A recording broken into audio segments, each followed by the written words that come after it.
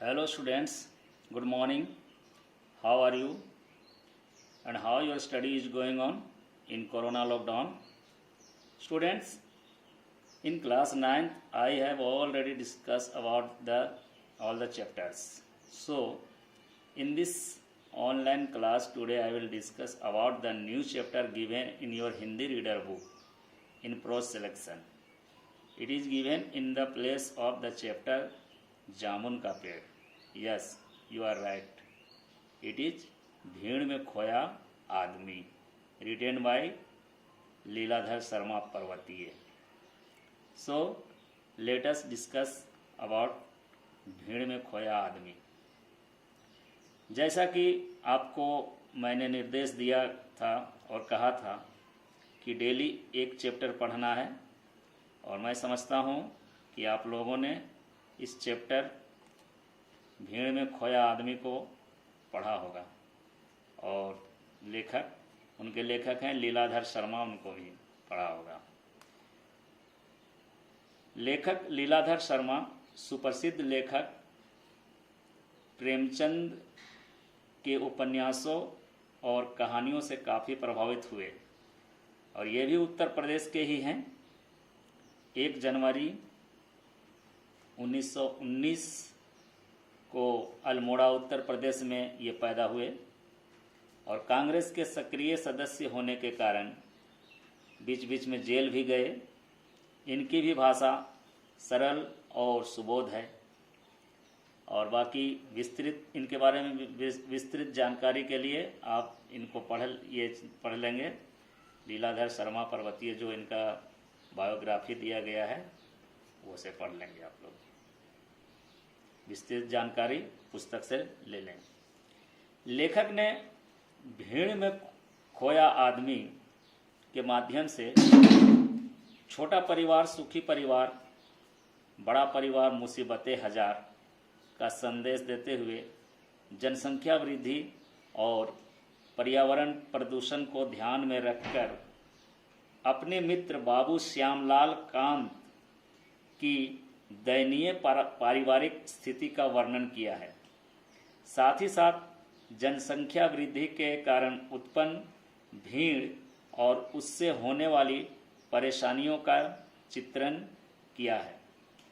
उन्होंने railway station, रेलगाड़ी, रोजगार, नियोजनालय, मकान, डॉक्टर, हॉस्पिटल, दर्जी, राशन की दुकान आदि चीज़ों का सजीव वर्णन करते हुए यह दर्शाने की कोशिश की है कि जनसंख्या वृद्धि किस तरह से हमें और हमारे देश को असंतुलित कर रही है.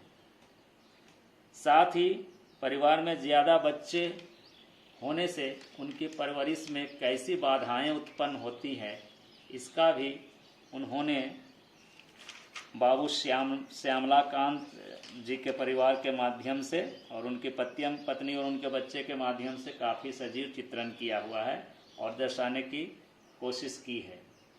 इस तरह से हम देखते हैं कि कुल मिलाकर यह एक बड़ा ही प्रभावपूर्ण लेख है जो सरल एवं सुबोध भाषा शैली में लिखा गया है, और इसके माध्यम से लेखक हमारा ध्यान देश की बढ़ती हुई जनसंख्या और उससे उत्पन्न समस्याओं की ओर आकृष्ट किया है, और किस तरह से हम जनसंख्या को नियंत्रण में रखेंगे ताकि हमारा देश, हमारा गांव मोहल्ला सब कुछ संतुलन में चले और पर्यावरण भी संतुलित रहे. अंत में आप लोग देखिए कि ये अंत में जो लास्ट पैराग्राफ दिया हुआ है, अंतिम अनुच्छेद, उन पंक्तियों पर आप विशेष ध्यान दें. लेखक ने लिखा है कि ऐसा लगता है कि यदि समय रहते हमारा देश अब भी नहीं चेता, यानी नहीं संभला, इस स्थिति को अगर वो नहीं सीरियस में लेता है, हम लोग नहीं लेते हैं, और श्यामला बाबू की तरह परिवार बढ़ाता गया, तो वह दिन दूर नहीं जब वह स्वयं इस भीड़ में और इससे पैदा होने वाली समस्याओं में पूरी तरह खो जाएगा. अतः स्टूडेंट्स, मैं समझ रहा हूँ कि आपको इस पाठ का जो मोरल है और जो उद्देश्य है लेखक का लिखने का, लेखक लीलाधर शर्मा पर्वतीय का, वो आपको समझ में आ गया होगा। आप एक दो बार इस चैप्टर को अच्छी तरह से पढ़ें और इसमें जो भी कठिन शब्द हैं, कठिन शब्दों का आप कॉपी में नोट करेंगे, लिखेंगे और उनके पर्यायवाची शब्द, विलोम शब्द और शब्दार्थ को आप कॉपी में लिखकर नोट करेंगे। फिर अगले क्लास में मैं इसके प्रश्नोत्तर पर चर्चा करूँगा। ओके।